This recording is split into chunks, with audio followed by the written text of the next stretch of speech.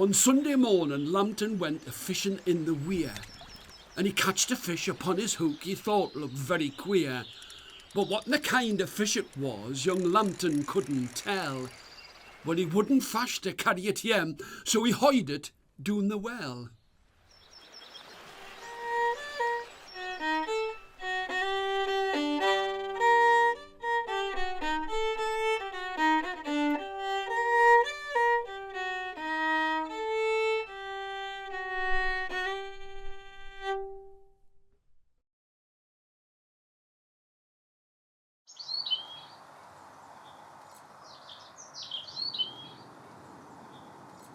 There was a great estate in the northeast of England in Durham that belonged to a family whose name was Lambton. Realistically, I've known about the Lambton Worm since I was a kid. It's part of the local folklore around here. You tell people about it as children. You learn about the tales of the Lambton Worm, the Lambton Hole, and the family.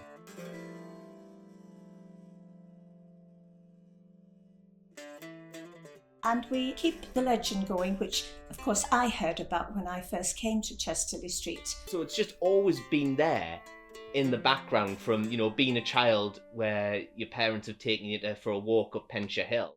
It's been kind of like, oh, did you know the story of the Lambton Worm? And young John never gave that wormy creature that he caught a single thought. He thought, oh, get rid of this, and he threw it down the well, and it grew and grew in the well. He went off to fight.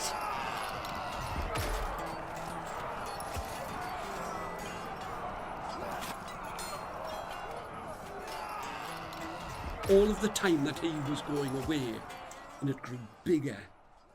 It had started as big as your hand, but soon it was as long as your arm. Soon it was as wide as a man. It grew bigger and bigger, and the villagers in that place started to notice that cows and sheep and pigs and sometimes children would go missing. This worm had grown so big that now it could creep and crawl and move about. The cows wouldn't milk. The grass wouldn't green where it wouldn't slime and slither. Everyone was frightened of it. They saw it on the night time, sometimes upon Worm Hill, and sometimes it would lap itself 10 times around Penshire Hill. It seemed like nothing could kill this great and monstrous worm. Now, such news as this travelled far across the seas, and 7 years had passed, and soon John, who was now straight-backed, strong in his arm, sword in his hand, shield upon his arm, was a man. And he decided that he would come back. And he would make up for all of the things that he did when he was younger. Now we heard of an old woman who lived down by the side of the river, a witch of a woman. And she spoke to him. Everything has a price. If you do not do as I tell you, there will be a curse upon all of the male line of the Lambton family. And he went and saw his father, and he told him about how the spearheads and the arrowheads and the blades and the knives should all be placed upon his armour. But he also told him that he had to kill the first living thing that he saw after the worm was dead. So Lambton went. The suit of armour was made. It shone and sparkled in all of the sunlight, with his sword by his side and his shield on his arm, and he strode into the middle of the fast-flowing river Weir until the water was up to his knees, and he raised his sword high above his head, and soon the blood was foam all about him, and as it squeezed, it tore itself to pieces, and soon it was gone.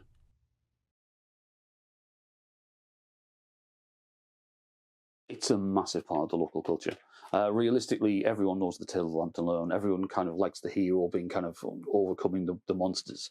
But realistically, from my perspective, I've got a bit of an interest as an amateur in kind of local history and archaeology.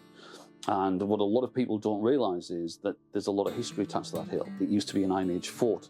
And realistically, those people dug like barriers and barricades around the hill. So there are actual genuine landmarks and earthworks on the hill. And then it would be very easy to transpose the Norman and Viking legends of the kind of great earthworm onto that hill, where people can see the results. But what I think is, the original Iron Age people built an earthen fort. They left their kind of mark in the landscape. When later on the Vikings came along, they brought this kind of tale of the earth that surrounds the worm. That's been corrupted with time into a local legend where a worm lived on the hill. And then obviously the worm gets dissipated and isn't there anymore. So we have that thing where the hero beats the worm, and voila, we've got the tale of the Lambton Worm. And as you've sort of also noticed in the area, there's a lot of kind of landmarks, etc., such as the local pub that are named after it. And it's been, I can't remember a time when it wasn't called the Lambton Worm. So I think it's just been with me my entire life, especially from being in the perspective where I've lived my entire life in Chesley Street. We keep recalling it, it's there and it comes up, and it's amazing how often it's mentioned on television and in the media, I find, and then it brings it all back. As everyone knows, the Lambton Worm definitely existed. There is no shortage of historical, scientific and empirical data to back this up. My husband said he could remember when they used to come back from work, they would maybe be just relaxing, and he said they would all sort of sing a local song, and he always sang the Lambton Worm. And I think that comes out quite frequently, probably mostly when people are drunk actually, but never mind, I don't think he was drunk. And it just keeps cropping up, as it did, as I said, at my ladies' club last week. And it's often used, I think, within the school as a project. There's a lot of pride in the northeast, and it's a kind of a unique aspect to the culture, especially around the Sunderland area, where it's this thing they've brought to heart, they've adopted it, they've kind of been raised as kids, and it's something you can physically see in the landscape. It's not just something that's been kind of handed down verbally. You can actually physically go and see the remains of what the worm did. Because this is sort of so connected to this geographical location, this community, a lot of the kind of artwork in the area does kind of draw from it. For example, in the local park, we have this piece of artwork that is got the Lambton Worm in, fossilised. It's meant to represent the fossilised bits of the Lambton Worm in rock. On the coast-to-coast cycle track that's just round the corner from here, there's a massive kind of earthworks where they've kind of created a kind of worm where cyclists can kind of ride on and stuff like that, and that signifies the kind of Lambton Worm. So generally, I just think it kind of comes through in the artwork, and just to signify the kind of historical connection here with it. Part of it is history, and the legend. It comes up there, I think. And he picked up his horn, and once and twice and 3 times he blew upon it. And there, coming towards him, he saw his father.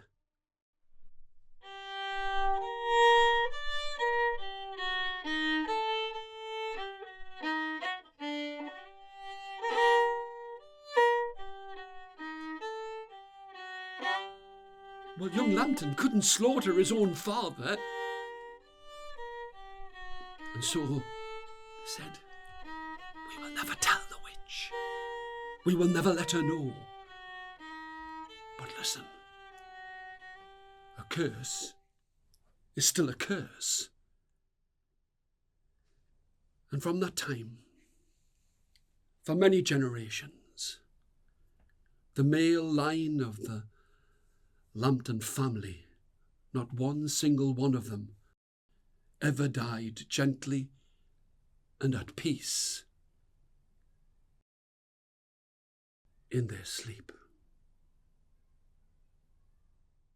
Is there any truth to the curse? Well, I don't think so. I don't think so. I think the times were pretty hard back then, and I think the Lambton family were known for their sort of involvement in fighting and being involved in as soldiers, etc.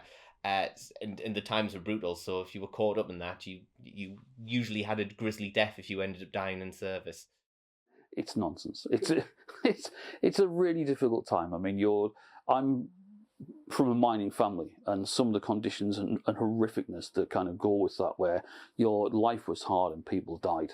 And yes, it will be easy to say, "Oh, it's a curse." It isn't. It's just tough times. There's a song which recounts the tale of the Lambton Worm. Wish lads had your gobs, I'll tell you all an awful story. Wish lads had your gobs, I'll tell you but the worm. I would say the song is very much for a bit of fun rather than deeper meaning, because I think these days young people trying to scare them with a mythical worm is quite difficult in the modern era. You know, we all have our own idea of what it looked like and what went on, you know, at the time of the slaying of the worm, and some, of course, more grueling than the others. From my understanding is that the reason why the song came about is from the fact that the Lambton family exerted excessive taxation on the land, and the worm signifies the kind of these taxes, just starving the land, killing off all the animals and everything like that, meaning that people were destitute and starving, as if a worm would have sort of eaten and killed all the livestock, etc. And the worm in some ways meant to signify the kind of evilness of the Lambton family at the time. Had your gobs, I'll tell you all an awful story. Wish lads had your gobs, I'll tell you but the worm. But the worm got fat, it growled and it growled and it growled to an awful size. Had keep big teeth, keep big gob, and keep big goggly eyes. And when it neat, it crawled about to pick up bits and news. If it fell dry upon the road, it melted. It's about a bit of fun and going back to our roots and our heritage, and allowing the young people to sort of celebrate their own culture and their own kind of language that maybe sort of they don't often hear in other sort of media and the songs that you do get when we do teach them other things. Lambs and sheep and swanny little bairns alive as they lay down to sleep. It's a story that has other interpretations and other meanings. It's a bit more than just a worm in a river. These tail 10 times round Penshire Hill. Wished lads had your gobs, I'll tell you all an awful story. Wished lads had your gobs, I'll tell you but the worm. News of this most awful. This is where you live, and this is the interesting history about where you're from. We've got a 3-year-old kind of adoptee just coming into the family, and realistically, we've already hit him with the terms of the Lambton Worm. Yes. Well, actually, as I've just said to you, it's actually Fatfield Hill, which is not Penshire. Oh, sorry about that. That's my fault. Jeff, will you tell him the recording, please, will you? Jeff, the recording. So sorry about the recording. Oh God. Wish lads had your gobs, I'll tell you all an awful story. Wish lads had your gobs, I'll tell you but the worm. So now I think it's very much a thing that people who live in the area, from the local community perspective, of them taking pride in that story and promoting that story themselves through word of mouth, or just an interesting thing to tell friends on an evening. I mean, the whole thing about the North East is it's a very unique culture. There's a lot of things up here that don't exist anywhere else, and this is definitely something that's ours. Oh, I don't think we should let things like this die. I think we must keep it as part of our history, whether it's myth or legend or what. I think we must keep it alive, absolutely. that's all I know about the story with a fearful Lambton Worm.